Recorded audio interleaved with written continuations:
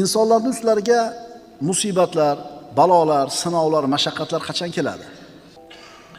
Agar seni mana shu dunyo matohi, dunyoning latta-luttasi qalbingni to'ridan joy egallab turgan bo'lsa, sen hali birodar Alloh tarafga qarab yuruvchilardan emassan. Endi Allohni amrida mustaqim bo'lmaydigan bo'lsang, itoatda bo'lmasang, boyaga motori yo'q mashina yurmaganidek dinni mevalaridan sen foydalana olmaysan. Naq 10 ming dollardan kechib yubordi, qo'yli deydi. Siz uchun arzimagan narsa. Alloh taolo Qur'onda aytadi, astagfirullah, qul in kana abaukum va abnaukum va ikhwanukum va azwajukum va amwalukum iqtaraftumuha va tijaratun takhshawna kasadaha va masakin tardawnaha ahabba ilaykum minallohi va rasulihi va jihadin fi sabilihi fatarabbasu. Ayting, deydi Alloh taolo Qur'onda. Muhammad alayhisalom ayting, agar ota-onalar, farzandlaringlar, aka-ukalaringlar, juftlaringlar, kasb qilib topgan mol-u dunyoinglar, kasod bo'lib qolishdan qo'rqayotgan tijoratinglar, o'zingizlar yaxshi ko'radigan uy-joylaringlar, ya'ni insonga yaqin bo'lgan hamma narsada, ota-ona, xotin, bola, chaqa, tijorat, uy, insonga yaqin bo'lgan inson ulardan ajralishni xohlamaydigan narsalar. Allohdan va uning payg'ambaridan va uning yo'lida jihad qilishdan suyukliroq bo'lsa, u holda Allohning amrini kutib turaveringlar. Insonlarning ustlariga musibatlar, balolar, sinovlar, mashaqqatlar qachon keladi? Allohning manhajidan chiqib ketganda. Ma yaf'alullohu bi azabikum in shakartum va amantum deydi Alloh. Sizlar shukr keltirib iymonli bo'lsanglar, Alloh sizlarni nima uchun azoblasin deydi. Ma asobakum min musibat dedi ikkinchi oyatda. Nima musibat kelsa, o'zingizlar qilgan ish tufayli yetadi deydi Alloh. Hozirgi kunda sizga nima yoqmayapti ustingizda turgan? Ishingiz yurishmayaptimi? Topganingizda baraka yo'qmi? Boshingiz kasaldan chiqmayaptimi? Boshingiz qarzdan chiqmayaptimi? Musibat u, to'g'rimi? Xotin itoatsizmi? Farzandlar bir noloyiqmi? Sizga nima yoqmayapti? Qarangda, bu musibat. Shu musibatlarda hammasi o'zingizlar qilgan ish sababli bo'ladi, deyapti Alloh taolo. Yana Alloh ko'p gunohlarni kechirib turaman deydi. Agar seni mana shu dunyo matohi, dunyoning latta-luttasi qalbingni to'ridan joy egallab turgan bo'lsa, sen hali birodar Alloh tarafga qarab yuruvchilardan emassan. Allohga qarab yurayotganlardan bo'lishi uchun unga taslim bo'lasan, uni hamma narsadan afzal deb bilasan, shunda senga yaxshilik keladi, shunda martaba keladi, shunda rohat keladi, shunda osoyishtalik keladi, shunda saodat keladi, shunda omonlik keladi, shunda tavfiq keladi. Alloh hamma narsadan siz uchun ustun. Bir tijoratga kirmoqchisiz, birov bilan muomala qilmoqchisiz, lekin shu ishni qilsangiz katta foyda bor, ammo Alloh norozi bo'ladigan holat. Shunda tanlash kerak. Nimani tanlaysiz? Sen birodar Allohni saqlashi, uni qo'llashiga qachon ega bo'lasan? Qachonki unga bo'yinsunsang, itoat qilsang. Mana Alloh taolo aytayapti. Agar sizlarga otanglar, bolanglar, xotininglar, dunyoviy matohi, dunyo chaqalari sizlar uchun afzal bo'lsa, fatarabbasu, Allohning ishini kutib turinglar deydi. Fatarabbasu hatta ya'ti Allohu bi amrihi vallohu la yahdil qawmal fasiqin. Oyatning davomi. U holda to Alloh o'z amrini, ya'ni azobini keltirgunicha kutib turinglar. Hamma narsadan Alloh sevimli bo'ladi, ine baraka topasan. Hamma narsadan Allohni ustun deb bilasan, keyin yaxshilik keladi senga. Nozik haqiqat, musulmon odam dunyoni ishini ham, dinni ishini ham jamlay oladi. Ya'ni dinini mahkam ushlagan holda dunyo ishlarini qiladi. Dunyoni ham tashlamaydi, dinni ham tashlamaydi. Iloji bormi bu narsani? Iloji bor. Mana shu narsa lekin komil islom bo'ladi, birodarlar. Osonda bir yo'la tijoratga kirib ketib, ibodat bilan ovora bo'lmaslik yoki bir yo'la ibodatga kirib ketib turib, dunyoda tashlab qo'yishlik. Bu oson. Qiyini qaysi? Qiyin ikkalasini teng ushlab ketishlik. Bir odam namoz o'qib turib ham Allohga bog'lanmagan bo'lishi mumkin. Haj qilyotib ham Allohga bog'lanmagan bo'lishi mumkin. Roza tutayotib ham Allohga bog'lagan bo'lmasligi mumkin qalbi. Bu shioriy ibodatlar deyiladi. Jasadimiz bilan qiladigan ibodatlar, islom shiorlari. Ammo buni orasida shahvatlar turgan bo'lsa, ma'siyatlardan qilib turgan bo'lsang, gunohlarni tark qilmagan bo'lsang, demak, sen uchun Allohdan ko'ra shahvatlarning ustunroq ekan. Qaytarib aytamiz, roza tutishi mumkin, haj qilishi mumkin, namoz o'qishi mumkin, sadaqa zikr qilishi mumkin. Shularni qilib turib, yana gunohlardan tiyilmayotgan bo'lsa, demak, gunoh bu odam uchun, shahvat bu odam uchun Allohdan suyukliroq ekan. Bu odam Allohga qarab yurgan solih yuruvchilardan emas. Alloh bu narsalarda hammasidan aziz bo'lish kerak sen uchun. Agar sen Alloh uchun xolis bo'lsang, taslim bo'lsang, bo'yinsinsang, hamma xohish isteklaringni, shahvatlaringni oyog'ini tagiga tashlasang, bilasanmi nima bo'ladi? Unga bo'lgan yaqinlikni his qilasan. Muhabbatni topasan. Tavfiqni, nusratni, saodatni, xotirjamlikni qo'lga kiritasan. Qalbing xotirjam bo'ladi. Qalbing rozi bo'ladi. Agar buni aksi bo'lsa-chi, hamma narsadan Alloh senga aziz bo'lmasa qanday bo'ladi? Jasading bilan ibodat qilyapsan, ammo Alloh sen uchun hammadan aziz emas. Buni misoli bir mashinani tasavvur qiling. Kuzovi juda ham tekis, kraskasi juda ham o'rnida. Ko'rinishi haqiqatan ko'zni to'ldiradi. Hamma yo'q zo'r. Saloniga o'tirsang, tushging kelmaydi salonidan. Lekin motori yo'q. Endi Allohni amrida mustaqim bo'lmaydigan bo'lsang, itoatda bo'lmasang, boyaga motori yo'q mashina yurmaganidek, dinni mevalaridan sen foydalana olmaysan. Alloh taologa itoatda turish halovati, iymon halovati. Salasun man kunna fihi wajada bihinna ta'mal iman. 3 ta sifat bor, deyaptilar Rasululloh sallallohu alayhi vasallam. Imom Buxoriy va Muslim keltirgan hadisda. 3 ta sifat kimda bor bo'lsa, shu inson ana shu sifatlar bilan iymonning mazasini, ta'mini totib ko'ribdi. Mana eshitaylik. Biz iymonning ta'mini totib ko'rganmizmi, yo'qmi? Million marta holva desin, og'zingizda shira mazasi paydo bo'lib qolmaydi. Holva ta'mi paydo bo'lib qolmaydi. Uni bir marta totib ko'rish kerak. Million marta sifatlab bersin qovunni. Lekin bir tishlab ko'rmasangiz, uni siz mazasini tasavvur qila olmaysiz. Xuddi shunga o'xshagandek, iymonning ham mazasi bor, birodarlar. Lillahil matalul a'la. Iymonning ham ta'mi, mazasi bor. Rasululloh aytibdilar, kim totadi u ta'mni? 3 ta sifati bor bo'lsa. Haqiqiy iymonda shunday halovati bor, huzuri bor. Iymonning halovatini siz totib ko'rgan bo'lsangiz, sizga bu shunaqa quvvat beradiki, qahramonga aylanasiz. Iymonning halovati shunday narsaki, siz uchun bu dunyoning hamma huzur halovatlari oyog'ingizning tagida bo'ladi.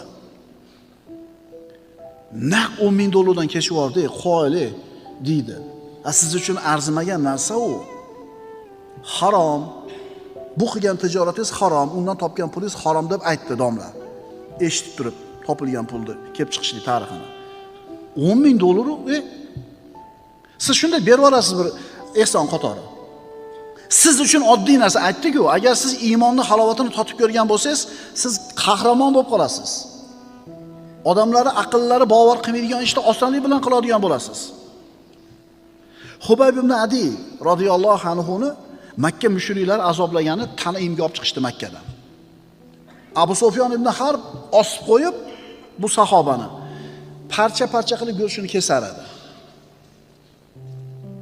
Ana shu azoblab turgan paytda so'radi: "Ey Hubayb, Muhammadga iymon keltirganliging tufayli shu azobga qolding.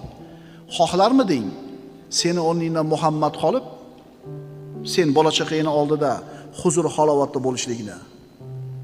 Shuncha azoblarga sabr qilib turgan Hubayb ibn Adi dod dedi. "Vallohi" dedi.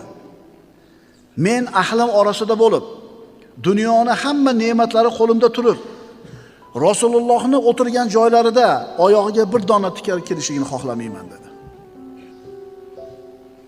O'lyapti, azoblanyapti, lekin Rasulullohga bo'lgan iymon shunday quvvat beryaptiki, Rasulullohning oyog'iga tikan kirmasin deydi. Abu Sufyon aytadi shunda. Vallohi ma ra'aytu ahadan yuhibbu ahadan ka hubbi ashabi Muhammadin Muhammadan. Allohi Muhammadning sahobalari uni sevganlaridek biron kimsa boshqa birovni sevganini ko'rgan emasman. Ya'ni hech kim Muhammad alayhisalomning sahobalari u zotni yaxshi ko'rganda yaxshi ko'rgan emas. Ana iymonda halovati. Iymon mana shunday narsa birodarlar. Allohning roziligini oldida bu dunyoning tuprog'i bilan oltini bir xil bo'ladi. Shunda haqiqiy mo'min bo'lasan. Shubhasi bormi? Qo'lingdagi 10 so'mmi, million so'mmi sening uchun bir xil bo'ladi.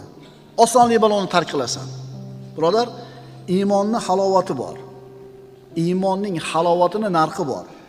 Ana shu narxni to'lamagunicha banda unga erisha olmaydi.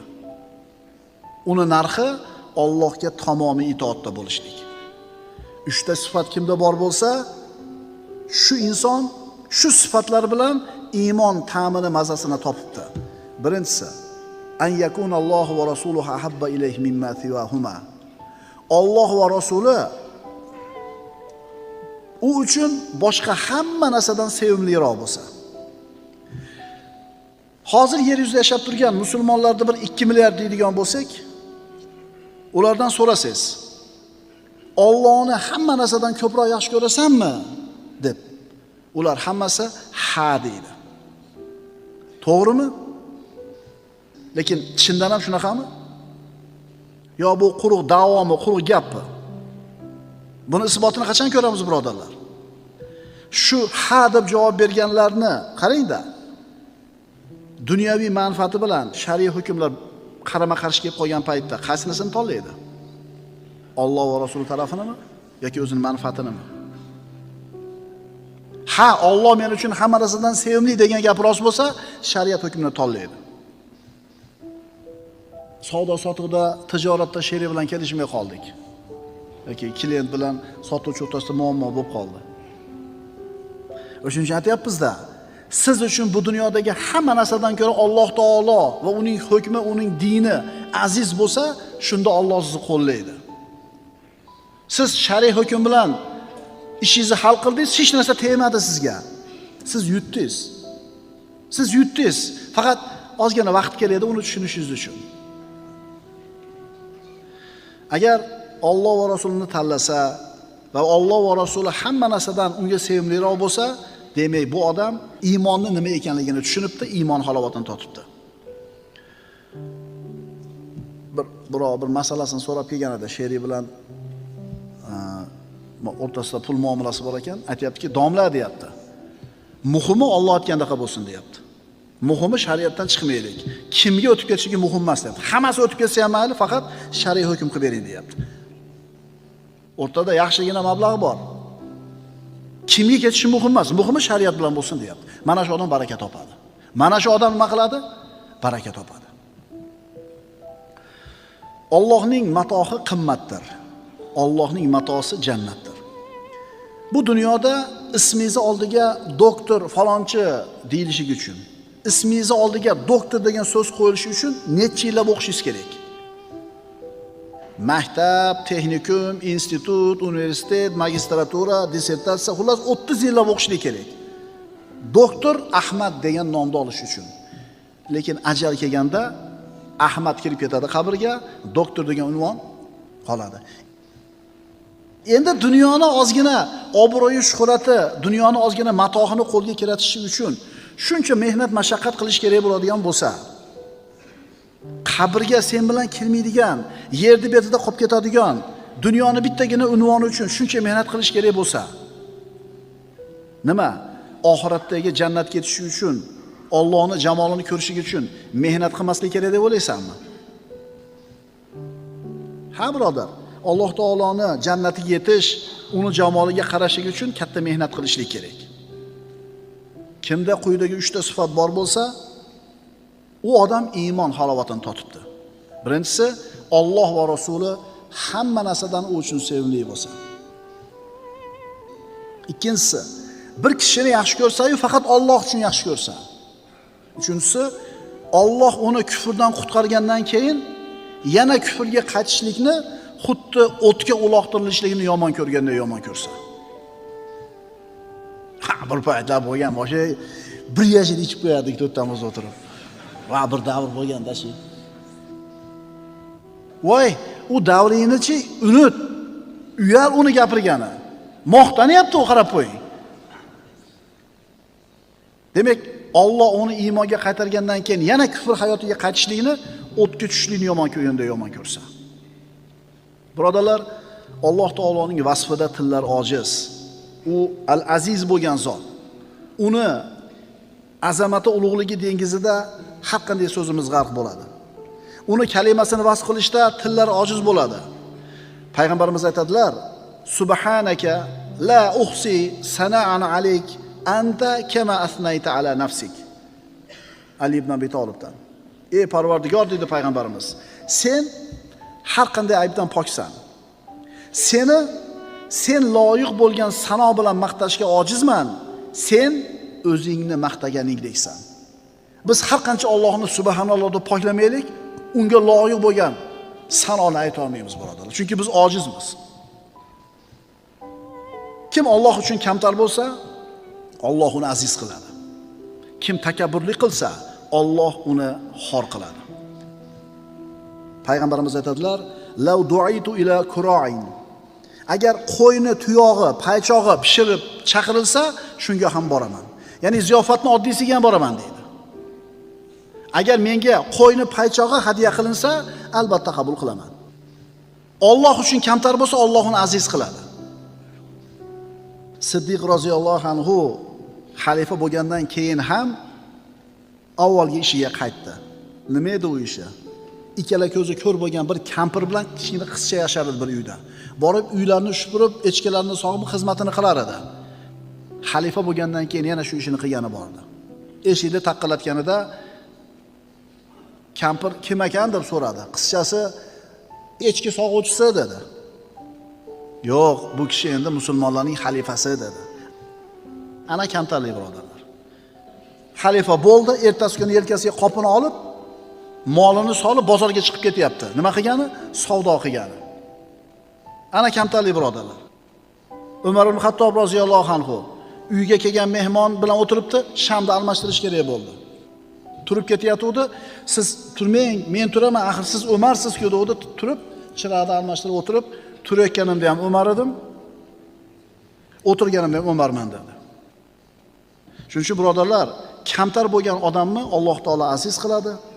Takabbur bo'lgan kimsani Alloh taolo xor qiladi. Alloh azza va jalla al-aziz bo'lgan zot. Al-aziz bo'lgan Alloh siz uchun hamma narsadan aziz bo'lsa, sizni martabangizni ko'taradi. Dunyoning matohi, shahvatlar, xohish istaklar oyoqtagiga tashlaysiz. Alloh va Rasuli hamma narsadan sizga aziz bo'ladi. Alloh taolo sizga ikki dunyoni saodatini beradi.